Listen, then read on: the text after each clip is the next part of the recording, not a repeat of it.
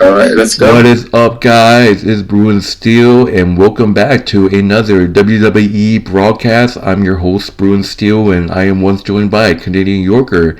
And today we are recapping the Monday Night Raw that took place April 29th, 2024. It took place in Kansas City, Missouri, and it is the road to WrestleMania Backlash, which is actually this weekend in France. So I actually mentioned that we don't know what time it's going to be. It might be during the time where we're all sleeping, but I actually looked it up. We can actually watch it, but it's going to be a little bit early. If you guys do want to watch it, it's actually 12 p.m. Saturday Eastern Time, so it's going to start at 12 p.m., so noon, so on Peacock. So it's a pretty good. So after seeing it, it's like, yes, I'm definitely going to watch WrestleMania Backlash, so be sure to do that. And Canadian Yorker, how's it going? It's going really well, man. This Raw was in Kansas City. That's where my Kansas City Boilers are. Man, it's great to see that they were there. I'm not a fan of the Kansas City Chiefs. I'm a Jets fan, Kansas City. City. Speaking of Kansas City, Patrick Mahomes was actually at the show, so that's funny. But before we get started, like, subscribe if you haven't done so. And I actually, guys, want to show you some new merch that I got. Custom shirt I got today. As you can see, it's a Becky Lynch. I don't care about your feelings. This is a Becky Lynch in the armbar.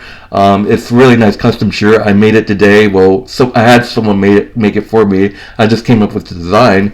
And then, as you can see, guys, from behind, this is what it looks like from behind. All right. If you want to read what it is, Canadian Yorker. Oh yeah, lovely shirt, man. Big time bets, big time wins. The man is making waves, I say. Yeah. So it's Becky holding the new World Heavyweight title, and then it says big time Bex, and then it says the man. Becky Lynch is the man. And then I just want to show you guys one more. Sorry. And this one right here is Tiffany Stratton right there. So it's just a regular Tiffany Stratton, and then she's like an animation.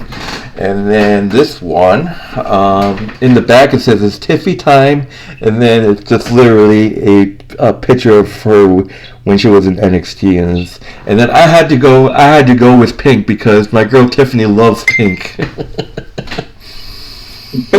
I do like your Tiffany Stratton shirt. You gotta give Becky Lynch some love, man. I mean, yeah. Yes, I give Becky Lynch some love, but I'm just saying pink and black always go well together. So. Alright, so that would do it, guys. I hope you enjoyed. I do have some other shirt ideas. If you all know, I've been wanting to make a Roman Reigns shirt, but now he's in the hiatus. He's not going to show up for a while. I'm actually saving to make his shirt like later on, like when he actually returns. Hopefully, as a babyface for Roman Reigns when he returns. He doesn't want him to be a babyface. So I'm saving the Roman shirt. I'm saving the Roman shirt until later when he actually makes his return. Hopefully, it's like by SummerSlam, but we have to see, and then I might have to see if I want to make any more. But today we're just recapping the Monday Night Raw, and it is the final and second night of the WWE draft, which unfortunately we're not going to talk about in this video. Me and Canadian Yorker are actually going to do a separate video. So me and him are going to do a WWE draft recap video right after this broadcast. So this is just what happened on Raw. We're not going to do a recap on the draft. So let's get started. So it was a okay of a show. I didn't really watch it because I was out with a friend. So we saw Logan Paul and we saw Ice Speed. That was hilarious with Patrick Mahomes. And basically, to start off the show, we got Becky Lynch starting off the show, the World Heavyweight Champion, the Women's World Champion starting off the show. She doesn't give a fuck about your feelings, and then she basically, there's a lot of like Liv Morgan haters now. Like, she should have won. Liv Morgan should have won. But people are like, oh, give it to Becky. It makes sense. But Liv Morgan fans are crying, and they just want Liv Morgan to win at something and complete the revenge tour. So Becky Lynch saying that it took her 2 years. So if you think about it, she hasn't held on to a title for 2 years now, Becky Lynch. So it's literally insane. And now people thinking she's boring. She gets interrupted by Liv Morgan, and she brags about injuring. Rhea Ripley, and said that the only reason why Becky's holding the title is because of her. And she says that she did what Becky Lynch didn't do, and thus beat Rhea Ripley. And they get interrupted by Nia Jax, and Nia Jax comes in and interrupts them and says that this is her last. She said that she should be World Heavyweight Champion if it wasn't for those two working, Liv Morgan and Becky working together. And she said that she's going to SmackDown, and she said she wants to kick some ass. Liv Morgan with a dropkick and steps up to the challenge. So we're going to see Nia Jax and Liv Morgan 1-on-1 later in the evening. And so that ends the opening segments. What are your thoughts on that segment? I think that, man, great to see Nia Jax. Let's go, baby. You're going away to SmackDown. Bye-bye. See you later. Sayonara. Goodbye. I don't know how else you say it in any other language, but goodbye, Nia Jax. It was great seeing you. Hope you can go and bother someone else on SmackDown and be someone else's problem. And so yeah, that's great for Nia Jax that she was going off, and I guess that she's getting a little goodbye to her from Becky, and Becky basically didn't have to say anything because Liv Morgan saying, you know what, I'm gonna just give Nia Jax a goodbye special because that's what she gets, and everybody was happy when she's gone. So it's great that she's gone. And, it's good that she's leaving. She's not coming back. So Liv Morgan can have Becky Lynch all to herself.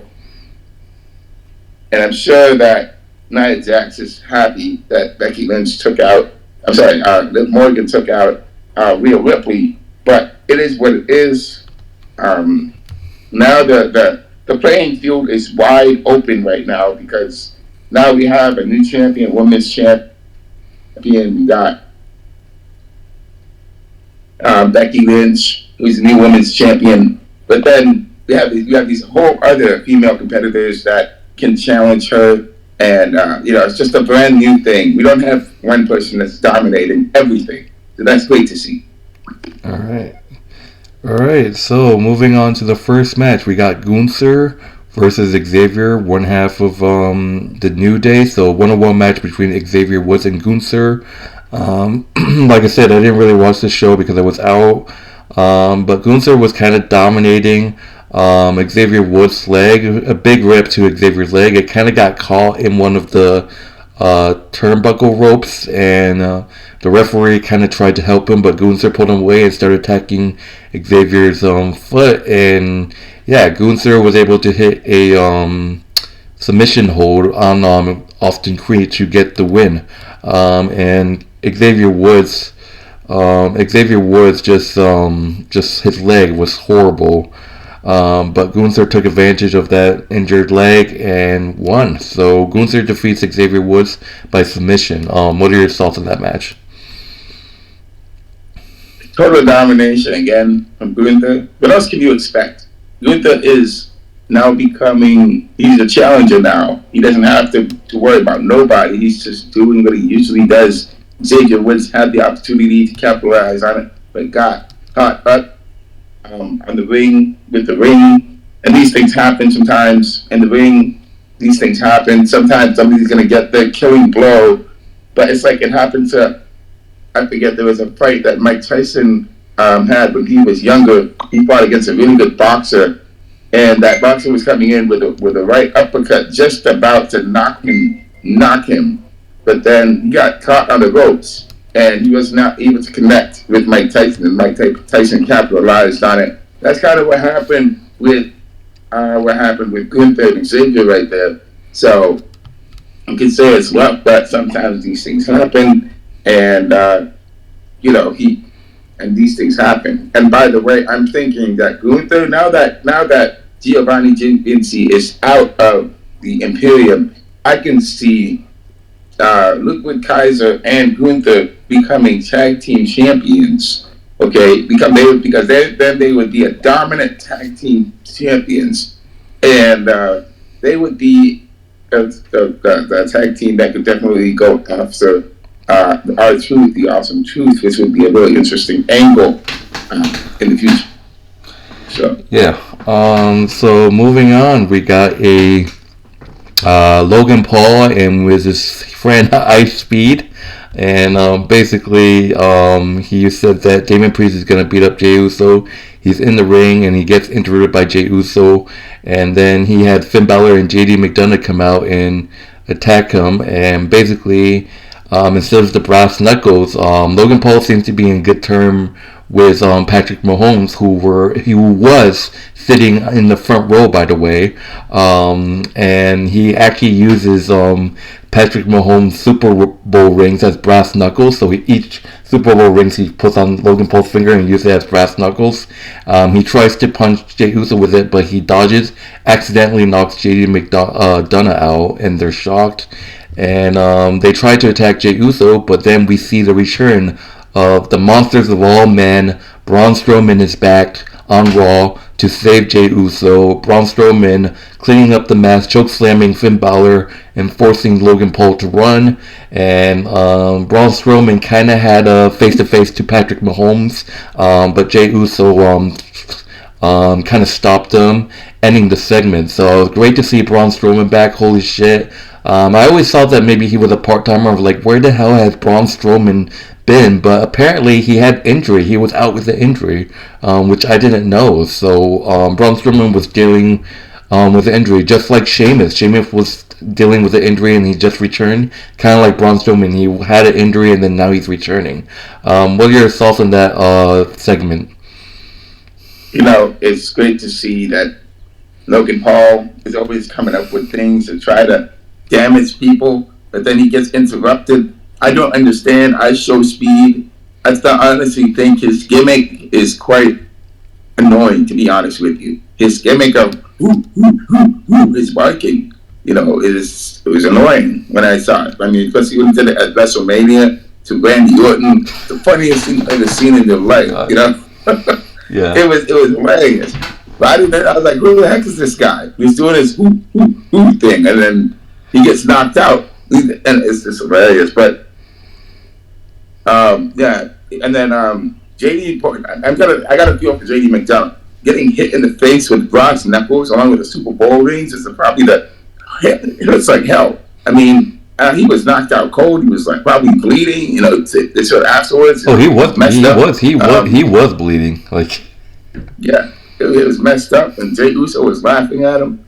Like, I mean, to be honest, you could say it was funny, but at the same time, it's extremely painful when that happened. You know, when he got hit by him, and then Logan Paul was just standing around like he didn't do anything. You know, like it was that was funny because he was in total shock. He's like, "What did I just do?" But Logan Paul being an accomplice of the Judgment Day because he's friends of the Judgment Day. This is just showing Logan Paul who he is. Braun Strowman coming back, that's great. It's great to see him back. We got to see him make another run for the championship. Whoever champion he decides to go after, he can do it now. You know, it'd be great to see what he's going to do now. It's great he's coming back from off an injury, and good for him and Sheamus. They both went through a lot. They worked hard to come back, and now they're back, and that's great. Alright, so moving on, just want to talk about something that happened backstage. Chad Gable actually got attacked by Sami Zayn, so Sami Zayn gave him the Huma kick backstage, taking him out. But that would lead up to the next match, Big Bronson Reed versus Sami Zayn. And for some reason, someone told me that this was just a one-on-one match. But this was for the Intercontinental Championship. So this was a one-on-one match for the Intercontinental Championship. It went back and forth. It seemed Bronson Reed the strongest ever. It went back and forth. But Sami Zayn did put up a fight. It went back and forth. But at the end, Chad Gable was butthurt that Sami Zayn attacked him backstage, so he came and hit Sami Zayn with the German suplex, causing the disqualification. So Sami Zayn defeats Bronson Reed by disqualification, thanks to Chad Gable coming in and attacking Sami Zayn with the ankle lock and holding the Intercontinental title up in the air in front of Sami's helpless body. But then Bronson Reed's pissed off that Chad Gable cost him the match. So Bronson Reed comes up behind Chad Gable and then attacks him with a senton clobbers. And so both Sami Zayn and Chad Gable are down. So right after Bronson Reed attacks Sami Zayn for costing him the title match, then that's like, come on, book it right there, triple threat match. Bronson Reed, Chad Gable, Sami is perfect, but they might just book it on an episode of Raw because WrestleMania Backlash is here, and they could book it like last second, but we have to see. But what are your thoughts on this match, and what are your thoughts about Chad interfering? I think it's great. Chad Gable definitely has his reasons. We know he has his reasons for attacking Sami Zayn. I think that it's a little too soon for Chad versus Sami. I think Chad Gable should still be that antagonizing nemesis that just keeps on getting in Sami Zayn's way. And then I think this will be a great story for SummerSlam, going up to SummerSlam, because I think the story should at least grow a little bit more. You know what I'm saying? Because Bronson Reed has been in the thorn of Sami Zayn's side ever since he's always faced. It seems like he's faced a lot off against Sami Zayn. So Bronson Reed has his, he's a good wrestler. Yeah, I think this match is set a little too soon. You know what I'm saying? I think that this match could wait a little bit longer. I think it should just be Sami versus Bronson Reed, and then later on we can have Sami versus Chad Gable. I think it should be, because it's sort of a build-up. You know what I'm saying? It wouldn't make sense for it to be so sudden, like this weekend, because I think the story should be fleshed out more. Oh wow! All right. So, I mean, I want to see a triple threat between Sami, Chad, and Bronson Reed. That'd be awesome. But moving on, just draft stuff that we're gonna talk about in a different video. So I'm just gonna skip that. I said I was gonna skip the draft part when Smackdown, but I ended up talking about it because I don't think Canadian Yorker here saw it, so that's the only reason. But we're going to do the video, and I'm just going to skip all the drafting. Moving on, Drew McIntyre comes out onto the stage, and once again, he complains about CM Punk from injuring him at WrestleMania. CM Punk is up in the skybox, and he literally just went there. He literally went there to piss Drew even more and called Drew a little bitch. So which sent Drew McIntyre running to the skybox. So that means and then it was hilarious. I want to mention Ron Simmons because he always says damn. He's a Hall of Fame, so he's one of the. Ron Simmons is awesome, and then CM Punk called Drew a little bitch. So and then moving on, I want to talk about. I just want to talk about something real quick until we get the the next match. Excuse me. Braun Breaker came across Sheamus. So Sheamus and Braun Breaker coming across from each other, and that's like matches I would like to pay to see. Like, holy shit, Sheamus and Braun Breaker. That's just like insane. But moving on to the next match, we got Maxxine Dupri versus Candice LeRae. And look, I love Maxxine Dupri, but what the hell are they doing with her? She just can't win a match. I mean, she did win a match with Ivy Nile, only in like a tag team action. But man, Maxxine Dupri, I love her, but she just gets too much. She just loses matches so much, and maybe Chad Gable has a point saying that he has been training a bunch of losers. I'm not calling Maxxine Dupri, but I just feel like Maxxine Dupri deserves like better, and she deserves like someone else to teach her, or like she might just go on her own. That's what the case is for Alpha Academy. I think Chad Gable's gonna break up with Alpha Academy, and there's rumors that he's gonna team up with Creed Brothers, who could be heels, like a heel faction with the Creed Brothers and Chad Gable. There's rumors that Kurt Angle said himself that he's interested in being Chad Gable's manager, like as a heel. So that'll be interesting to see. Creed Brothers and Chad Gable with Kurt Angle as their manager. But we'll see what happens. But Candice LeRae, like I said, Maxxine brain, she has some nice moves, but it's just not enough. She needs to work hard more. But I like Maxxine, but Candice LeRae was just too much for her. Hitting a deadly, it was disgusting move by Candice LeRae, a surfboard stomp, which is called a wicked stepmother. So I saw what the move was. It's like you pull your opponent's arm back, and then you literally just kick them the hell of them in the back of the head. And then Candice LeRae defeats Maxxine Dupri by pinfall. What are your thoughts on this match?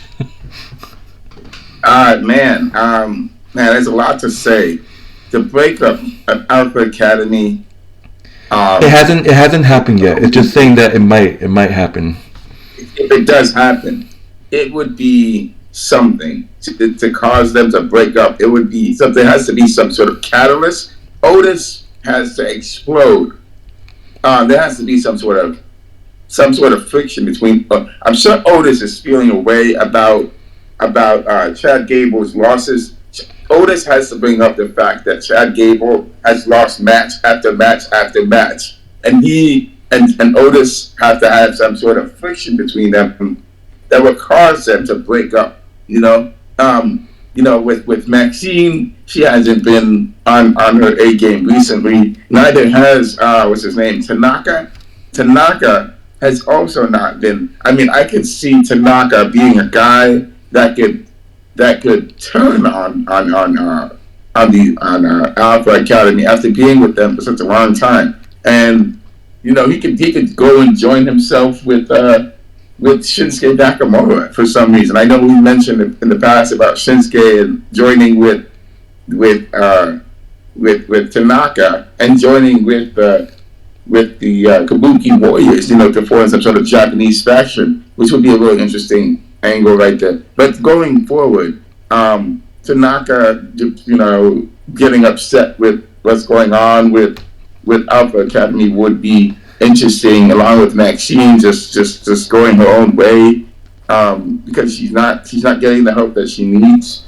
If these guys are just imploding from the inside. They're not the same team that they were before. It makes sense that Chad Gable would just decide to go ahead and break up the team, and Kurt Angle being there to support Chad Gable and help him move forward. I mean, man, that would be a really, really interesting turn of events, with Kurt, especially with Kurt Angle being the manager of Chad Gable, and they both use the same moves, and they know. I mean, you can see the very close similarities between the master and the teacher. Chad Gable being the student, Kurt Angle being the master.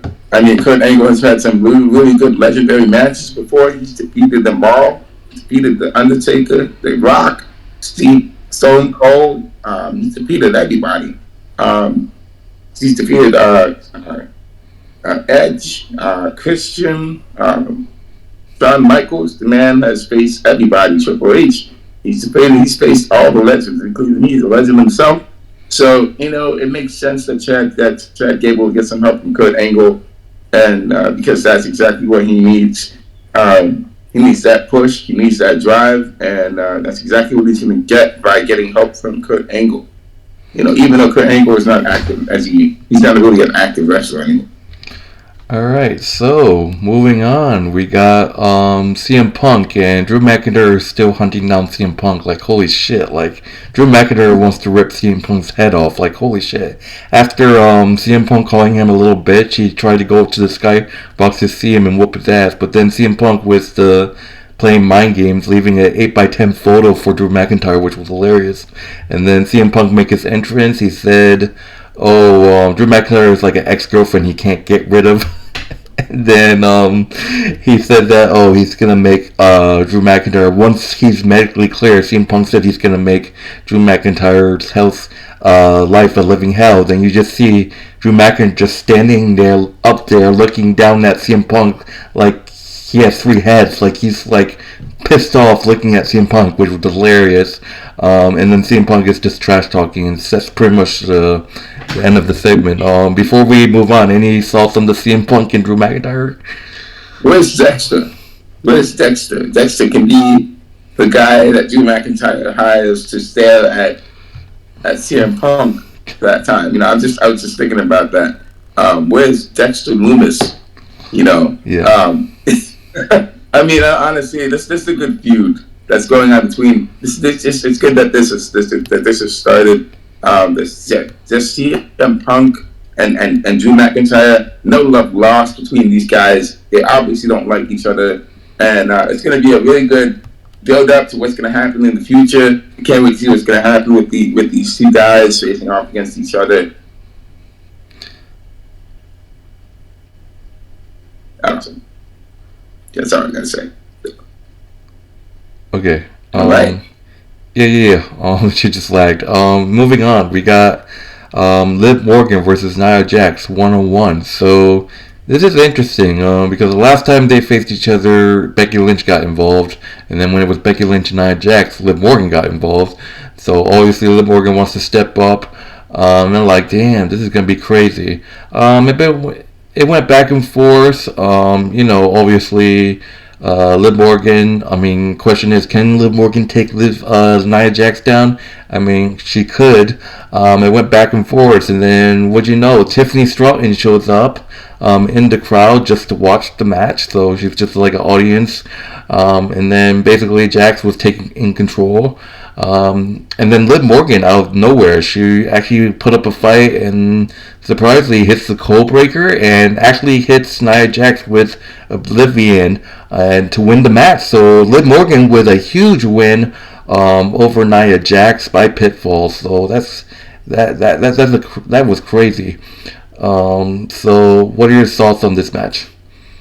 It's great. It is quite interesting that Liv Morgan picks up a win against Nia Jax. It's not every day that Nia Jax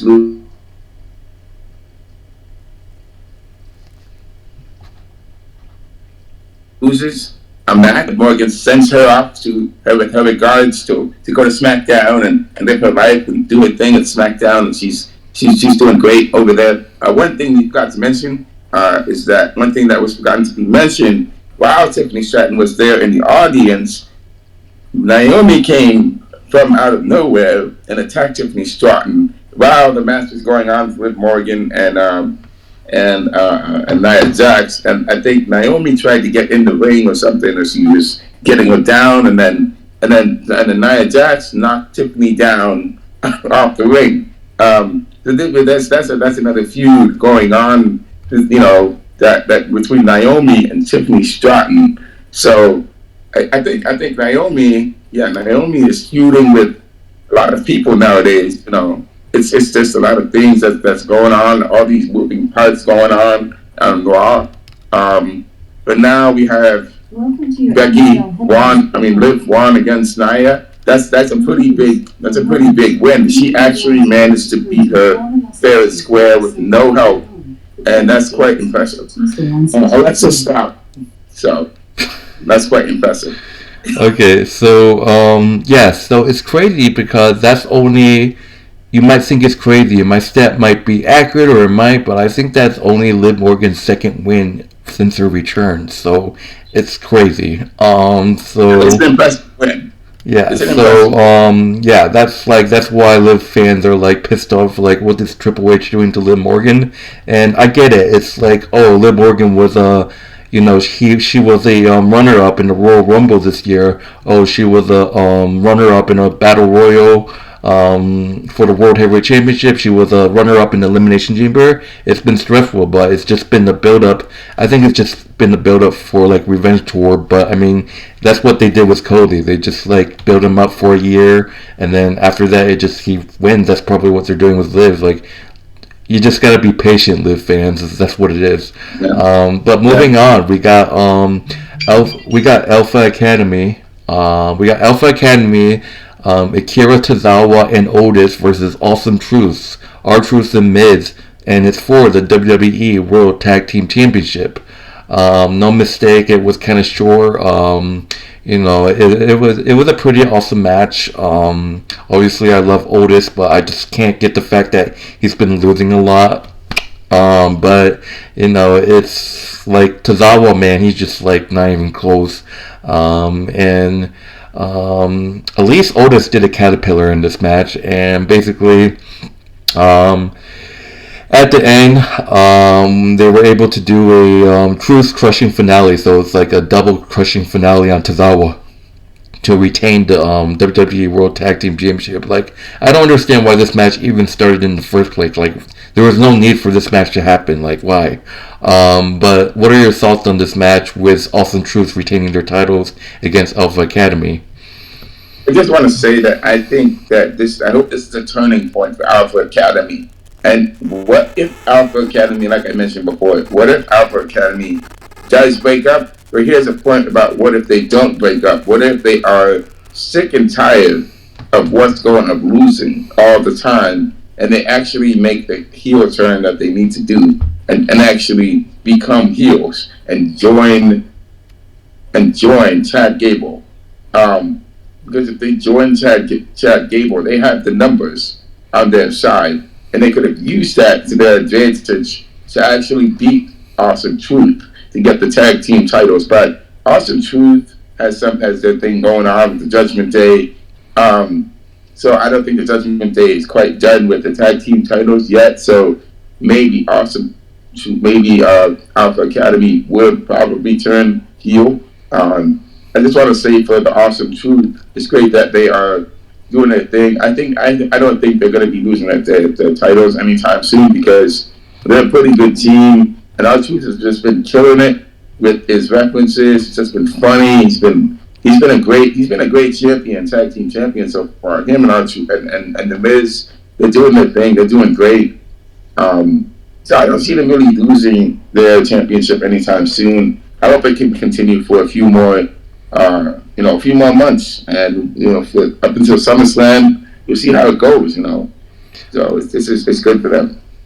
All right, so moving on finally to the main event of Monday Night Raw, we got Andrade, main event Jey Uso and Ricochet versus the Judgment Day, Damian Priest, Finn Balor, and JD McDonough in a 6-man tag team match.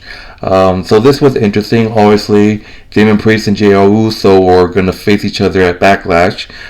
This was a crazy match. Obviously, Finn Balor runs interference, and a couple times it just showed that Judgment Day is exploding, like breaking up. At one point, Damian Priest was kind of pissed off at JJ McDonough for pushing Jey Uso off of the top rope, and that's when Andrade and Ricochet was out. Jey Uso pretty much did the work. He hit a spear on Finn Balor. And then I think that's basically, a diving splash on Uso to get the win. So Andrade, Jey Uso, and Ricochet get the big win thanks to Jey Uso's spear and then splash on Finn Balor. And obviously Damian Priest is pissed off. I wouldn't be surprised if Damian Priest loses his title to make it worse, but I still think he's going to retain the title. We'll talk about that in our Backlash predictions. But what are your thoughts on this match with Andrade, Jey Uso, and Ricochet defeating Judgment Day? I gotta say, Ricochet is becoming Judgment Day's daddy. That's who he's become.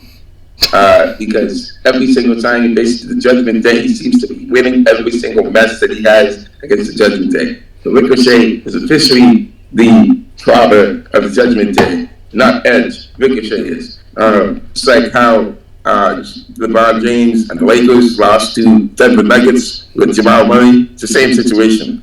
Ricochet hit those 2-game winners against them and dunked on all over Judgment Day. And so that's the way it is. Jey Uso, he's doing his thing. It's actually good that Jey Uso did not join the Judgment Day, because this would have been the result for Jey Uso. Him joining another team, They're not doing well. They have to face. They got to cheat to win. And Jey Uso's doing fine just by himself. He's had some really good matches. He's had some really close calls. But he's doing great. He's thriving and surviving. Andrade is also great.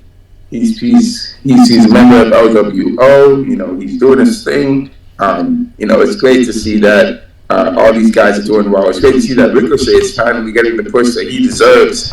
And I'm sure Samantha is really happy to see him going forward and moving his way up and becoming, he's going to be a really great champion one day. Great to see him as a champion. Him, all those guys, Andrade, Ricochet, and all of them. All of them. It's good to see all of them become great champions. So. All right, so that will do it for the Monday Night Raw. In terms of grading, I mean, yeah, it was okay, but not really. I mean, it was a decent show, but I'm gonna give it an average. I'm just gonna give it a B minus. How about you? Oh, I'm gonna give it a. I'm gonna give it a B. It was good. It was good. It wasn't too bad. It was all right. But it was good. So that's all I have to say about it. Alright, so that will do it for Monday Night Raw. Thank you guys for watching. If you haven't done so, like, subscribe, and be sure to check out my friend Canadian Yorker's channel, the link will be in the description, as well as our WWE Wrestling Bros, which is our wrestling channel. The link will be in the description as well. And then we will see you next time for the Friday Night Smackdown broadcast. We got a WWE draft recap video for you guys coming up, and then our WrestleMania Backlash predictions video, which will be once again this Saturday at 12 p.m. Eastern Time in France. I'm kind of shocked that we can actually watch it. I guess the time difference is a little inky in some countries, but it's going to be in France. Be sure to check it out at noon, 12 p.m. Eastern Time on Peacock. I'm definitely probably going to try to watch it. But anyways, my name is Ruin Steele. This is Canadian Yorker. Enjoy your evening. Hope you guys enjoy yourselves, and see you guys later. Anything else? No more points to make. I'm all tapped out. Hope you guys have a great day and enjoy the weekend. All right, take it easy, guys. See you later. See you guys in the next one.